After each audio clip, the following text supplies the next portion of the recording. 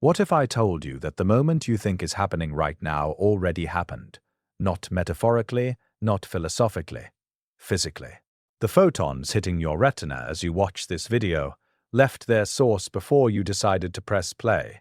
The sound waves entering your ears are already history by the time your brain calls them now. You have never, not once, not for a single millisecond in your entire life, perceived the present moment. You've only ever watched a very convincing replay. And here's the part nobody talks about. That delay, that tiny gap between what's real and what you experience, it doesn't just affect physics. It affects every relationship, every regret, every argument you've ever had. So the question isn't whether you live in the past. You do. The question is, what are you going to do now that you know? I want you to stay with that for a second. Don't rush past it. I know the instinct is to nod along, to file it under interesting physics fact and keep scrolling. But I'm asking you to actually sit with it for a moment, because what I want to share with you today is not a fun fact. It's a framework. It's a way of understanding your own mind, your own emotional life, your own history, that I genuinely believe can change the way you walk through the world. And I'm not saying that to be dramatic. I'm saying it because it changed the way I walk through the world. And I've watched it change things for other people too. So let's start from the very beginning. Let's start with light, because everything starts with light. Light is the fastest thing in the universe. Nothing we know of moves faster. It travels at approximately 300,000 kilometers every single second. That is so fast, it feels almost magical. If you could travel at the speed of light, you could circle the entire Earth 7.5 times in just 1 second. 7.5 times. And yet, and this is the part that matters, the speed of light is not infinite. It is very, very fast. But it is not instantaneous, which means there is always a delay between when something happens and when you see it. For close objects, this delay is so small it's essentially nothing. The cup sitting on your desk, the light bouncing off it, reaches your eyes in a fraction of a nanosecond. Almost nothing. But almost nothing is not the same as nothing. It's still a delay. And for more distant objects, the delay gets much more significant. The moon is about 1.25 light seconds away, meaning when you look at the moon, you're seeing it as it was 1.25 seconds ago. The sun is 8 light minutes away. When you look at the sun, please don't, but hypothetically, you're seeing it as it was 8 minutes and 20 seconds ago. The next closest star system, Alpha Centauri, is over 4 light years away. When you look up at that star on a clear night, you are seeing light that left its source more than 4 years ago. And the galaxy next door, Andromeda, the closest large galaxy to our own, is 2.5 million light years away. 2.5 million. Which means the light entering your eyes from Andromeda tonight has been traveling for 2.5 million years. When that light began its journey, modern humans didn't exist yet. Homo sapiens wasn't a species. That light was launched into space by stars we will never see in their current form. And it has been traveling through the darkness of the cosmos for 2.5 million years, and it arrived at your eyes tonight, and your brain is calling that image now. Is that not one of the most astonishing things you've ever heard? It should be. It actually should physically stop you in your tracks, because it means the universe you see when you look up at the night sky is not the universe as it is. It is the universe as it was, across a vast, staggering range of different races, each star at a different point in its history, all arriving at your eyes simultaneously, being stitched together by your brain into what feels like a single coherent present moment. The night sky is not a snapshot of now. It is a collage of the past, layered across millions and billions of years, and your brain is calling it tonight. Here's where I want to make a turn, because I didn't bring you here to talk about astronomy. I brought you here because I think this physics, this actual, real, measurable, experimentally verified physics, has something profound to say about the way you experience your own life, about the way you see the people you love, about the way you see yourself. Let me tell you about the Crab Nebula. In the year 1054, astronomers in China looked up at the sky and saw something extraordinary. A new star had appeared, so bright it was visible during the day. They wrote about it in their records. They marveled at it. They built philosophical and astrological meaning around what they were witnessing. Some accounts suggest people could see it with the naked eye for 23 days in broad daylight, and for nearly 2 years in the night sky. What they were actually seeing was a star that had already exploded. Not recently. Not that week, not that year. The star had exploded approximately 6,500 years before those Chinese astronomers looked up at it. That explosion happened before recorded human history, before the ancient Egyptians built the pyramids, before the Sumerians invented writing, before essentially any of the events we would recognize as civilization. The star died 6,500 years before anyone saw it die. And those astronomers in 1054 had absolutely no way to know that. They were watching an event that was, in a very real sense, ancient history. But to them, it was news. It was happening. It was present. It was real. I want you to hold this image, because I'm going to hold the image of those astronomers looking up with genuine wonder at something they believed was unfolding in their present moment, something they were privileged to witness in real time, not knowing that what they were seeing was already thousands of years old, not knowing that they were the tail end of a 6,500-year light journey, not knowing that the event they were experiencing had a completely different character than they understood it to have. I want you to hold that image, because I think most of us are those astronomers. Every single day, when you look at someone you love, really look at them, across the dinner table, or over a cup of coffee, or in one of those quiet moments when you're just sitting together. You are not seeing them as they are right now. You are seeing light that has bounced off them and traveled, admittedly, a very short distance, to your eyes. That delay is negligible in physical terms. But the delay in how your brain interprets what it sees, that's a completely different story. Your brain doesn't process people fresh every time you look at them. That would be impossibly expensive in terms of cognitive resources. Instead, your brain does something much more efficient and much more dangerous. It builds a model. It creates an internal representation, a kind of standing image of who this person is, based on every interaction you've ever had with them, every story you've told yourself about them, every emotion they've ever triggered in you. And then, when you look at them, your brain uses that model to interpret what it's seeing. It fills in gaps, it makes predictions, it cross-references. This is extraordinarily useful. It's part of what makes human beings so effective at navigating complex social environments. But it also means that when you look at someone you've known for years, you are not seeing a fresh image.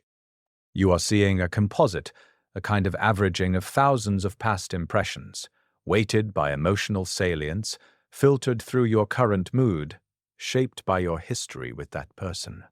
You are seeing, in a very real sense, old light. And what happens when that person changes? What happens when they grow, or heal, or learn something that transforms them, or make a decision that shifts who they are? What happens, for that matter, when they regress, when they fall back into old patterns, or make choices that contradict the image you'd built of them? Here's what often happens. There's a lag, a delay. Your mental image of them doesn't update instantly. It updates slowly, grudgingly, when the weight of new evidence finally becomes too heavy to ignore. And in that gap, that space between who they actually are right now and who your model says they are, all kinds of misunderstandings live. Unfair expectations, old resentments that get projected onto new situations, confusion about why someone is behaving in a way that seems inconsistent with who they are, when really it's perfectly consistent with who they've become, which is different. The Crab Nebula was gone thousands of years before anyone saw it explode. How many relationships have we been watching explode while not understanding that the real event happened long ago? Somewhere in the distance between two people who stopped really seeing each other? Now I want to tell you a second story. And this one is a little more personal. I want to talk about what happens when we apply this same principle, this lag, this delay, this gap between event and perception, not to how we see others, but to how we see ourselves. Imagine a doctor who can only diagnose patients using photographs taken 3 weeks before the appointment, not current scans, not current lab work. Photographs from 3 weeks ago. You would say that's a terrible system.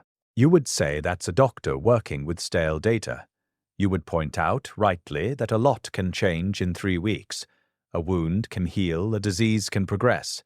A person can get significantly better or significantly worse, and none of that would show up in those 3-week-old photographs. And yet this is almost precisely what your brain does when it tries to assess your own emotional state, your own capabilities, your own worth as a person. The self-image most of us carry around, the internal snapshot labeled, "This is who I am and what I'm capable of," is not a live feed. It's a collection of old photographs. It was largely assembled in childhood and adolescence in moments of triumph and failure and shame and pride, and those photographs get updated only slowly, only reluctantly. Only when new experience is so overwhelming and persistent that the old image becomes impossible to maintain. This is not a metaphor. This is, with remarkable closeness, how the neuroscience of self-concept actually works. Your self-image is a predictive model, not a real-time measurement, and like all predictive models, it is optimized for efficiency and consistency, which means it resists updating. It prefers to filter new information through the existing framework rather than revise the framework itself. It would rather find a way to interpret new evidence as confirmation of the existing model than to admit that the model might be wrong. This is what psychologists sometimes call confirmation bias, but I think that term is a little too narrow for what's actually happening. What's actually happening is that your brain is running old photographs and presenting them to you as current data. It is doing the equivalent of that terrible doctor looking at 3-week-old scans and making diagnoses, except the photographs it's using might be 30 years old. Might be from a classroom when you were 7 years old and a teacher told you you weren't very smart. Might be from a relationship that ended painfully and left you with an image of yourself as someone unlovable. Might be from a failure, a real failure, an objective failure, that you've been using ever since as a data point about your fundamental nature long after the circumstances that produced that failure had changed beyond recognition. And here's the thing that I find both devastating and liberating in equal measure. You are not doing this on purpose. You are not choosing to be unfair to yourself. Your brain is doing what all good predictive systems do. It's using the best available model and updating it only when the evidence demands. The problem isn't that your brain is broken. The problem is that the update mechanism requires a threshold of new evidence that is very hard to reach, especially when the person providing the new evidence is the same person the model is trying to evaluate. You cannot easily be your own objective observer. You're too close. The light has traveled too short a distance and carries too much historical weight. You need either a very long time, or other people, or deliberate practice, or some combination of all three to revise the model, to update the photograph, to see yourself as you are now rather than as you were. Let me say that again because I want it to land. The version of yourself you carry around in your head, the one you're measuring yourself against, the one you're trying to live up to or apologize for or explain to others, that version might be decades out of date. You might be navigating your present life using a map drawn by a person who no longer exists, of a territory that has changed completely. What does it mean to take that seriously? What does it mean to actually internalize that your self-image is historical data, not lived data? I think it means a kind of gentleness, a kind of patience with yourself that doesn't come from lowering standards, but from recognizing that the instrument you're using to evaluate your own performance is not a precision instrument. It's a rough, historical, emotionally weighted estimate. It is the best your biology can do. But it is not gospel. It is not final. It is not you.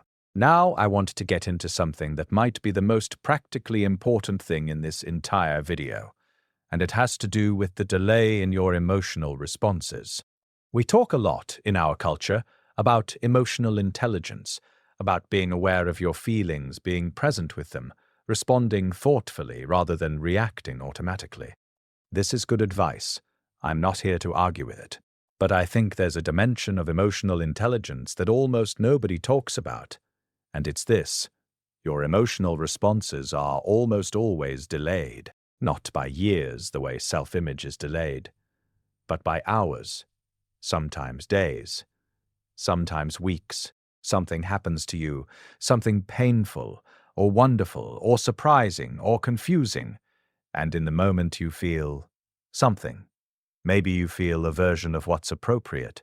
Maybe you feel strangely flat.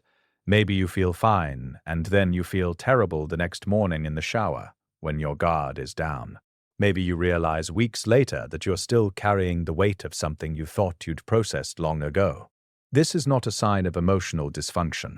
This is, and I cannot stress this enough, a completely predictable feature of how emotion actually works in a biological system. Your nervous system does not process emotional information the way a computer processes data, immediately, exhaustively, with every variable accounted for in real time.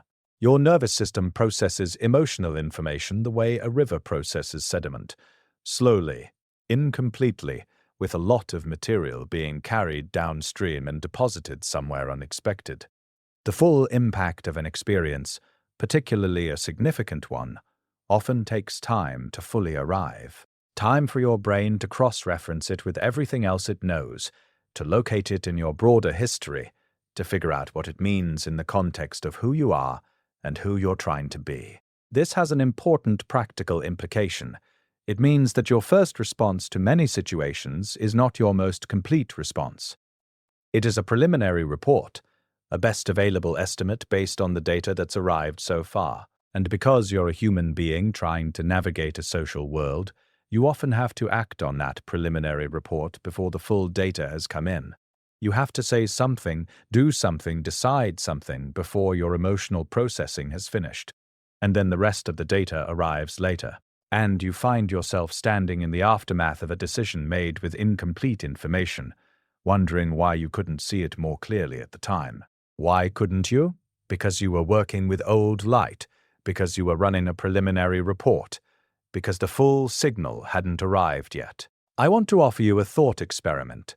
Think about the last time you had a significant disagreement with someone important to you.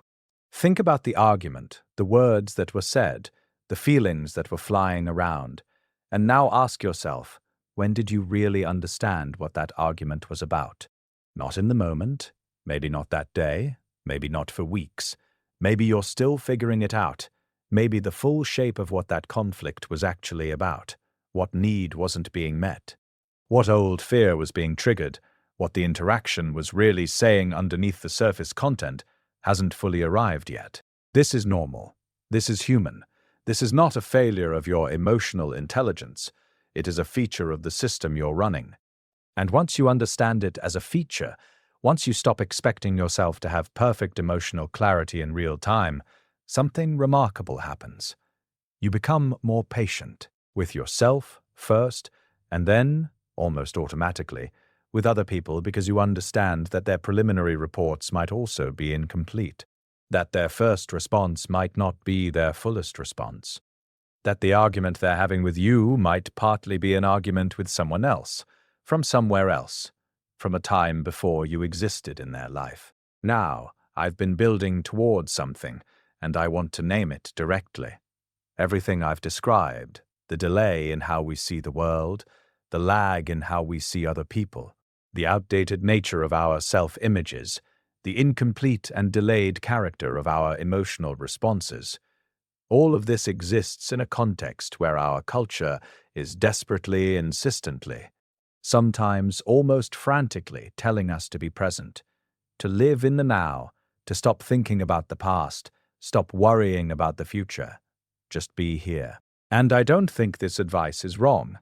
I think presence is real, I think it's valuable, I think there are genuine practices that cultivate it and genuine benefits to those practices. But I think this advice, as it is usually delivered, skips past the most important question, which is, What is the present for a biological organism with these constraints? What does presence actually mean for a creature whose sensory data arrives delayed, whose memories are reconstructions, whose emotional processing lags behind events by hours or days? Whose self-image was built from decades-old data? The honest answer, the physically accurate answer, is that the kind of pure, unmediated, perfectly clear present moment that gets sold to us by wellness culture does not exist in the form advertised. There is no clean now that you can access if you just breathe correctly. There is no moment of perfect presence that transcends the physics of your nervous system. The delay is structural. It's built in. It's not a bug to be fixed by the right meditation practice. It's a feature of the hardware. So what do we do with that? If we can't access a pure present, if every now is already a then by the time we experience it, what's the point of trying to be present at all? Here's my answer. And I want to be careful here because I think this is easy to get wrong. The point isn't to access a perfect present. The point is to know which past you're living in, to be aware as much as possible of how much delay is in your signal, to notice when you're reacting to old data as though it were new, to notice when the star you're navigating by burned out thousands of years ago, to notice when the photograph you're using to diagnose yourself is 3 decades out of date. The goal isn't presence in the absolute sense. The goal is calibration, knowing your instruments, understanding the lag in your own system.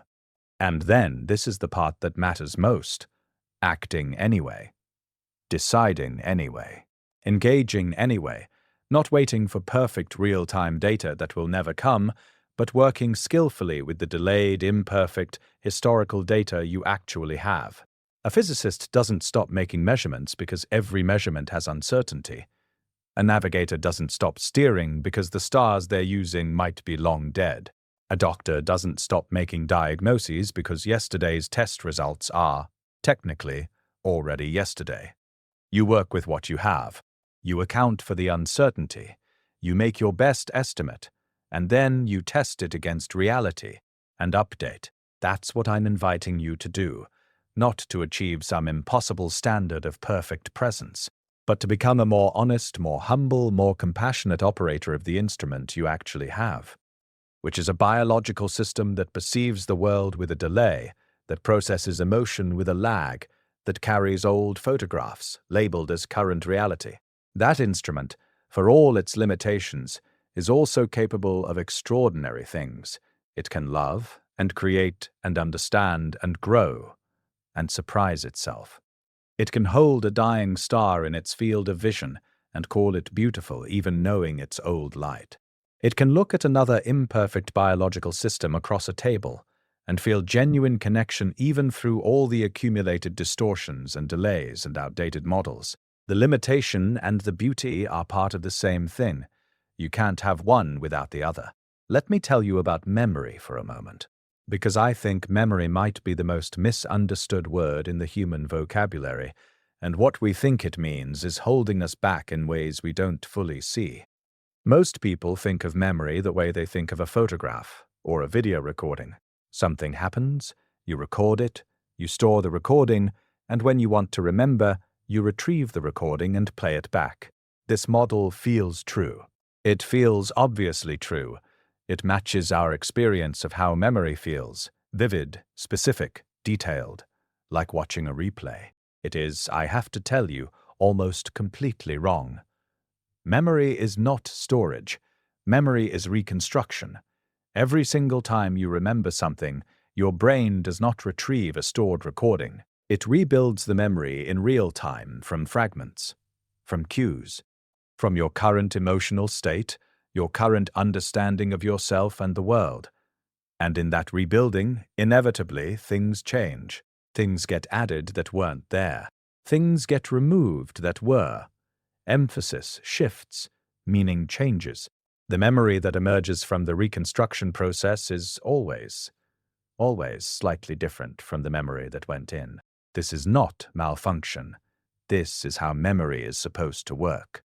It's a feature that allows memory to be useful across changing circumstances.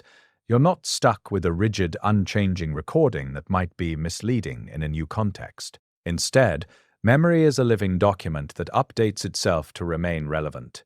The same event remembered at 20 and at 50 will be a somewhat different memory. Same facts, maybe, but different emphasis, different meaning, different emotional coloring shaped by the person you've become in the intervening decades. What this means practically is something rather staggering. It means that the past you carry around is not a record of what happened. It is a current best estimate of what happened, shaped as much by who you are now as by what actually occurred then. Your past is not fixed. It is, in its meaning and its weight and its lessons, continuously being updated by your present.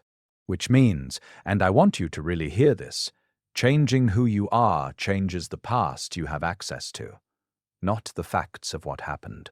You can't change the facts, but you can change the meaning. You can change the weight. You can change what the story teaches, what it says about you, what it suggests about what's possible. This is not denial. I'm not suggesting you rewrite painful history into something it wasn't. I'm saying something more precise than that. I'm saying that the same event, the same objective sequence of facts, can carry different meaning depending on who's doing the remembering. The failure that felt like evidence of your fundamental inadequacy at 25 might at 45 look like the beginning of a redirection that turned out to be the most important thing that ever happened to you.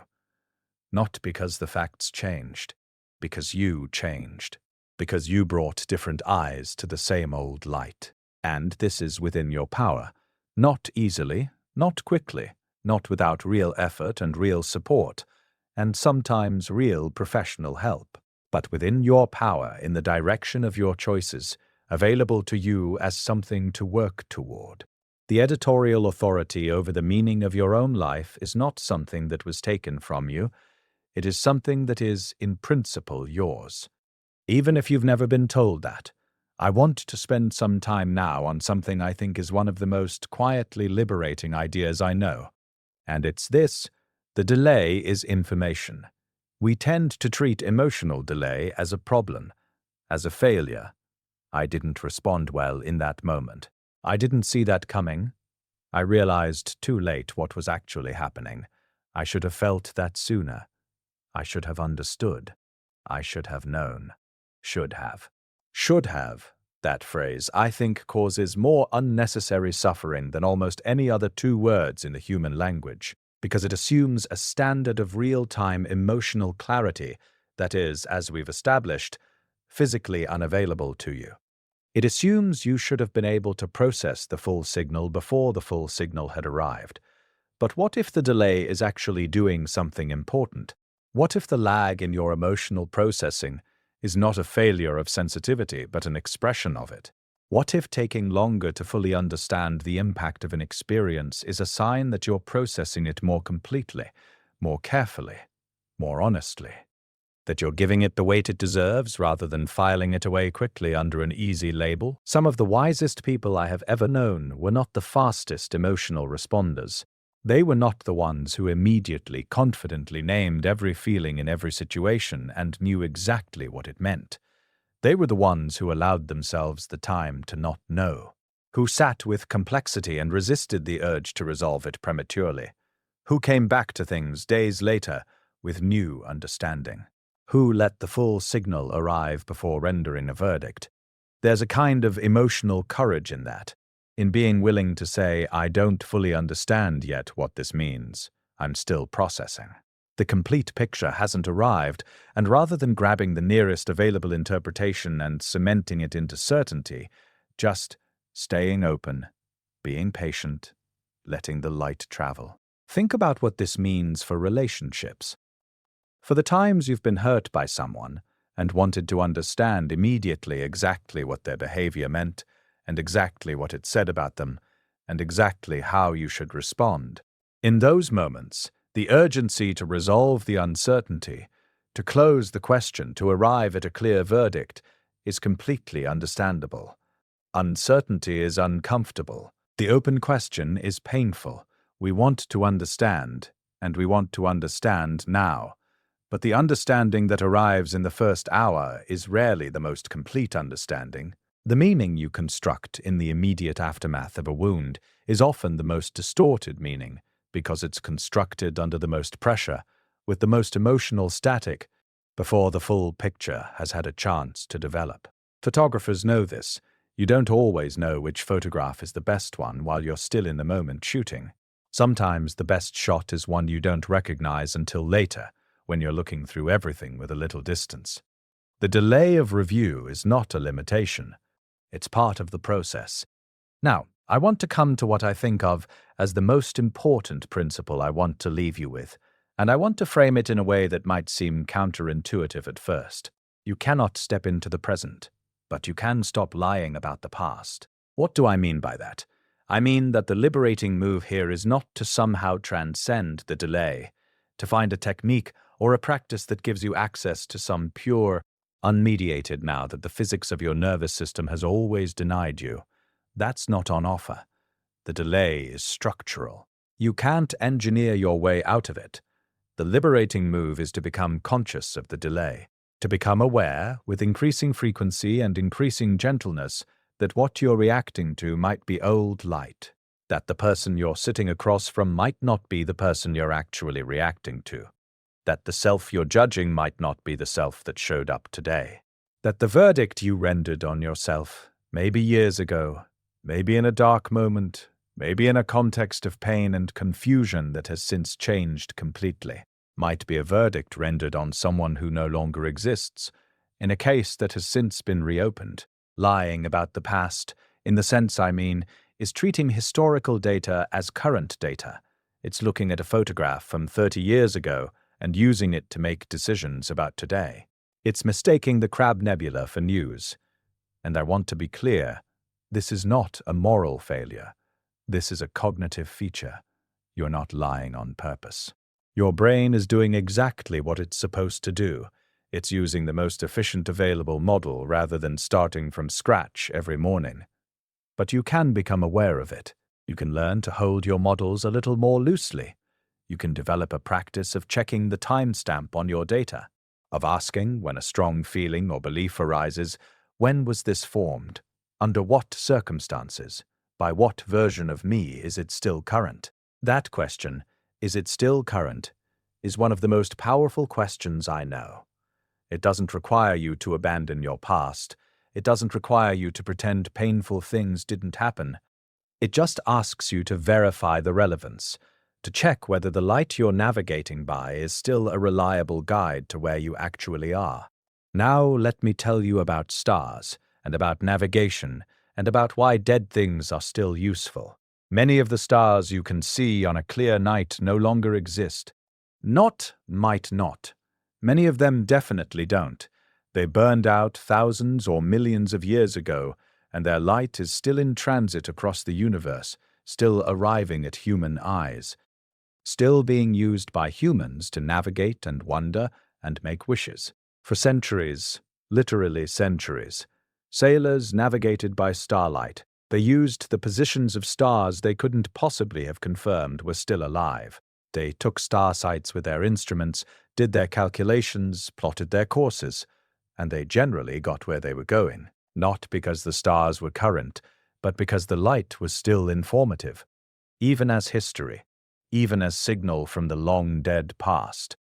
I think your past experiences, even the ones that are painful, even the ones that feel like they define you in ways you don't want to be defined, even the dead stars in your sky, can still be used for navigation, not by pretending they're current, not by mistaking them for live data, but by understanding what kind of information they carry and using that information wisely. The sailor who knows the stars are old doesn't throw away the sextant. They just stop arguing with the stars about what year it is. They use the light for what it's good for, direction, orientation, position, and they don't demand of it more than it can offer. That's the relationship I'm inviting you to have with your own past. Use it for direction, use it for orientation. Learn from it honestly. Don't demand of it that it be current, because it can't be. Don't mistake it for a live feed, because it isn't. But don't throw it away either. Because even old light can tell you something true about where you've been, and where you've been is always relevant to figuring out where you're going. I want to shift now to the practical part of what I want to share with you today, because I think everything I've said so far is genuinely important.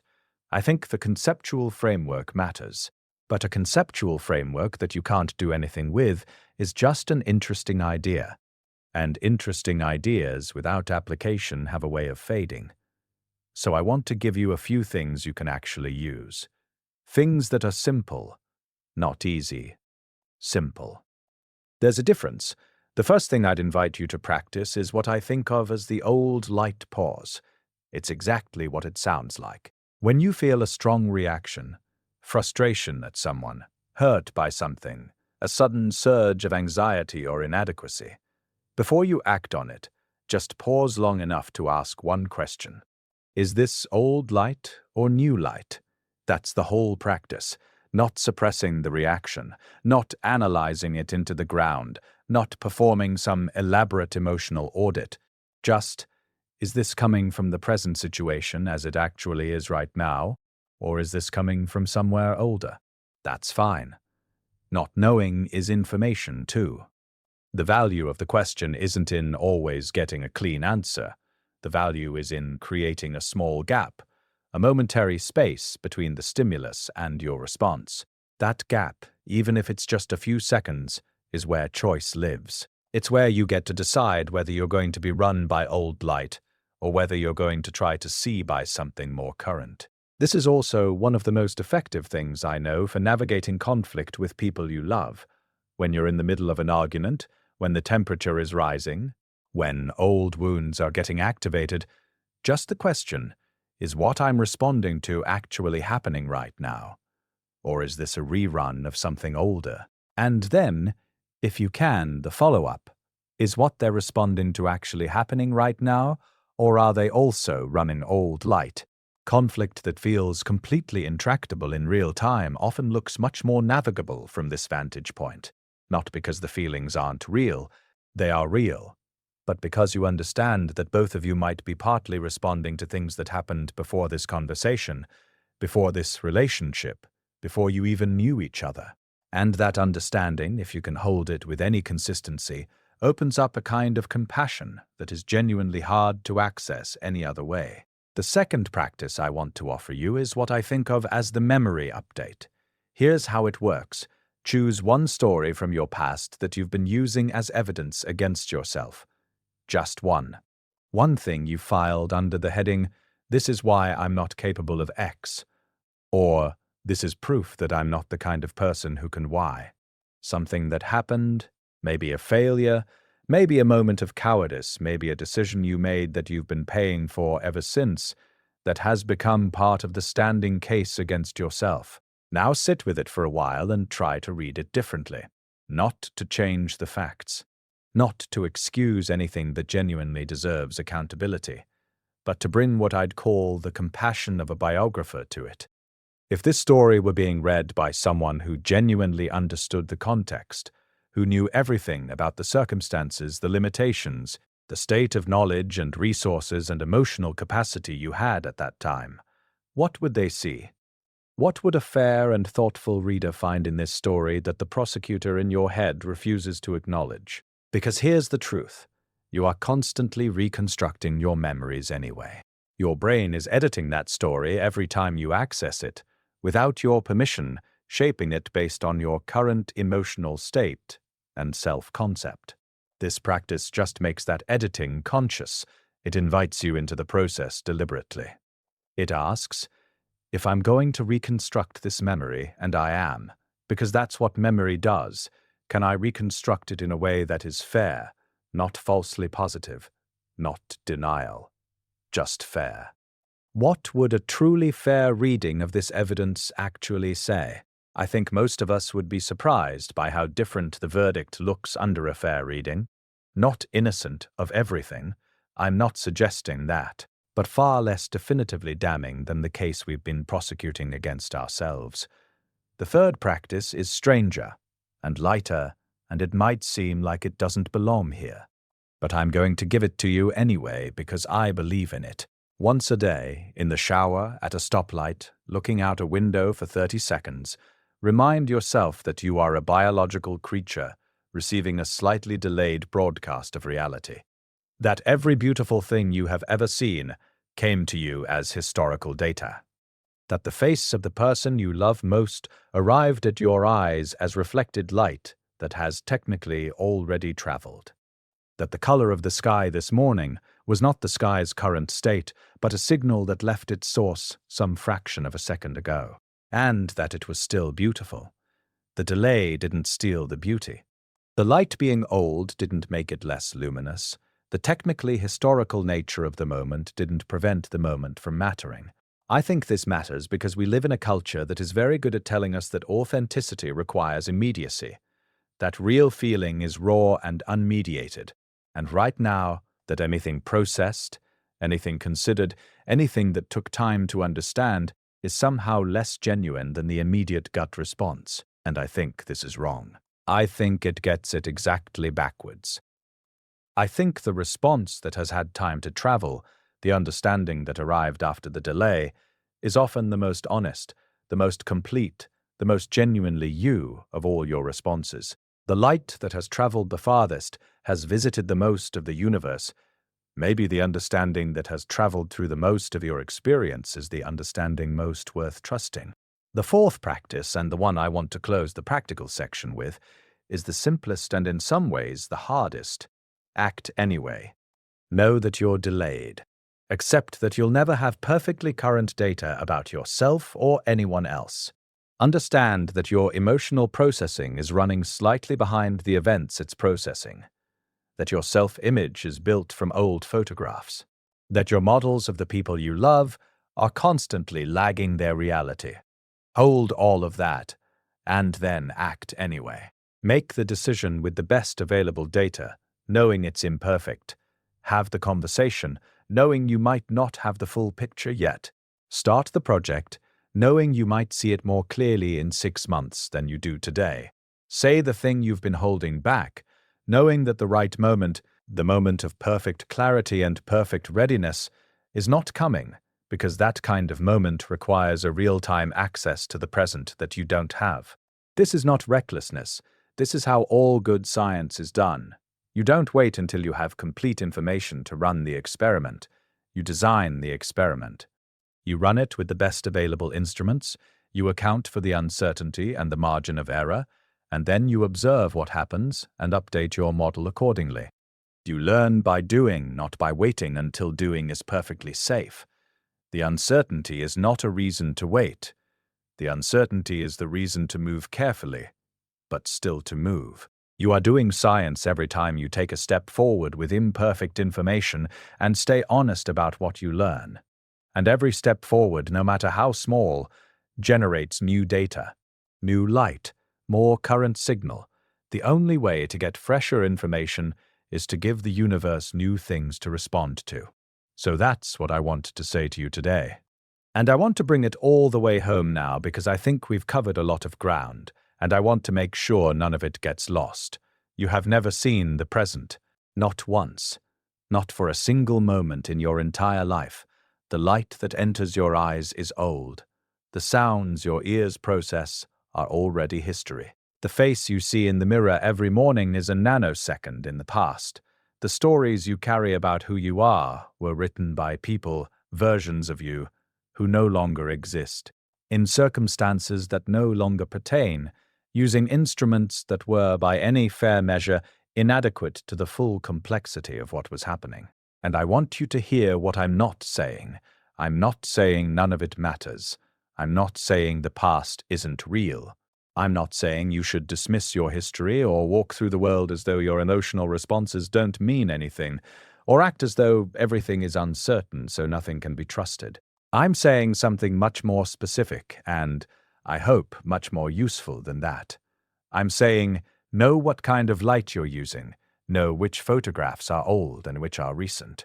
Know that your first emotional report is preliminary, that your self-image is a model rather than a measurement, that the people you love are constantly becoming different from the models you hold of them, and that this is not a problem to be solved, but a condition to be navigated with intelligence and care. Know these things and then still trust yourself, still act, still feel, still decide, still love, still try. You are not broken because you lag behind the present.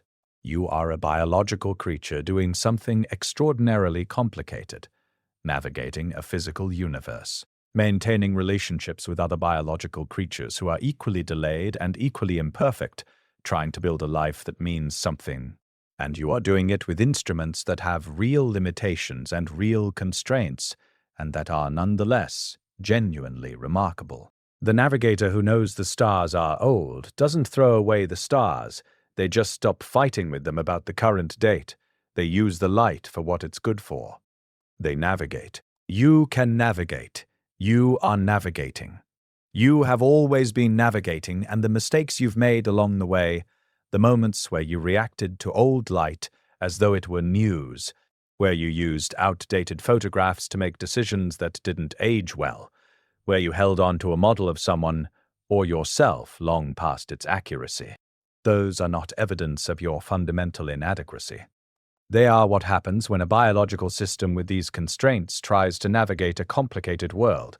They are, in the most generous and accurate reading, evidence that you were trying, evidence that you were working with what you had, evidence that you were, in the most literal sense, doing your best with imperfect instruments. And here is the thing I most want to leave you with today. Here is the thing that I find myself coming back to in my own life. In the moments when the delay feels like a burden rather than a condition, the ability to know that you're delayed is itself extraordinary. The fact that you can step back from your own perception and say, this might be old light, that capacity for self-reflection, for meta-awareness, for asking whether your data is current, that is not a small thing. Most of the universe doesn't have that. Stars don't know they're dying. Light doesn't know how far it's traveled. The explosion that created the Crab Nebula didn't know it would be watched, thousands of years later, by Chinese astronomers who would record their wonder in writing that would survive another 1,000 years and be read by someone like me, and eventually, somehow, end up here with you. Only you have that, the awareness of the delay, the ability to ask, is this now or is this old? The capacity to hold a belief about yourself and ask whether it still fits, to look at another person and wonder whether your model of them is current, to look at your own history and ask what it actually means. That's the gift. That's the strange, paradoxical gift that comes with being a conscious creature in a universe of delay. You're always late, but you're the only one who knows it. And knowing it, really knowing it, not as an abstract fact but as a lived understanding that you carry into your days, changes everything. It makes you more gentle with yourself and others. It makes you more patient with the process of understanding. It makes you more willing to act without perfect clarity. It makes you more open to the possibility that the story isn't over, that the verdict isn't final, that the photograph in your head, however vivid and convincing, is still just a photograph, and that you, the living person standing here today, are always more than any photograph can contain. Here is what I want to offer you as something to carry, not a slogan, not a bumper sticker, but something to actually think about in the moments when you feel like you're falling behind, like everyone else is perceiving things more clearly, more quickly, more accurately than you are. You're not behind. You're not broken. You're a creature receiving signals that have traveled a very long way to reach you. Honor the distance, then move. That's it. That's everything. Honor the distance. Acknowledge that your perceptions are always arriving with some delay, that your understanding is always catching up to your experience, that your self-image is always somewhat behind your actual self. Honor that. Don't fight it. Don't perform a clarity you don't have. Honor the distance, which is just another way of saying be honest about what you actually know and what you're still figuring out. And then move. Make the decision anyway. Take the step anyway. Have the conversation anyway. Because perfect clarity is not coming, and the present moment, in its pure, unmediated form, is not on offer. What is on offer is this: a conscious biological creature, aware of its limitations, choosing to act with intelligence and care and genuine investment in what comes next. That is enough. That is, in fact, extraordinary if something in what I've shared today landed somewhere real for you, not just intellectually but in some quieter place. I'd genuinely love to know which part. Leave it in the comments. I read them, and I ask not to chase engagement metrics but because I am actually curious where this hits, for you specifically, in your specifically life with your specific history. Human curiosity is the rarest and most renewable resource I know, and I like to know where it catches fire. If you want more of this kind of conversation, physics as a lens for being alive, science as a companion to the strange experience of being human, I'd love to keep having it with you. That's what the subscribe button is for. Not obligation, just an open door if you find it useful. And before you go, whatever you're walking back into after this video, whatever relationship or uncertainty or ordinary Tuesday you're returning to, you're walking into it with slightly different eyes than the ones you came here with. Maybe just slightly, maybe imperceptibly. But slightly is where everything begins. You're carrying a little more knowledge about your own instruments now. A little more awareness of the delay. A little more permission to be imperfect in your perception, without that imperfection being a verdict on your worth. That's not nothing.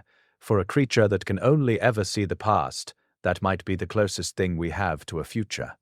Take care of yourself out there. The light is always traveling. Let it arrive.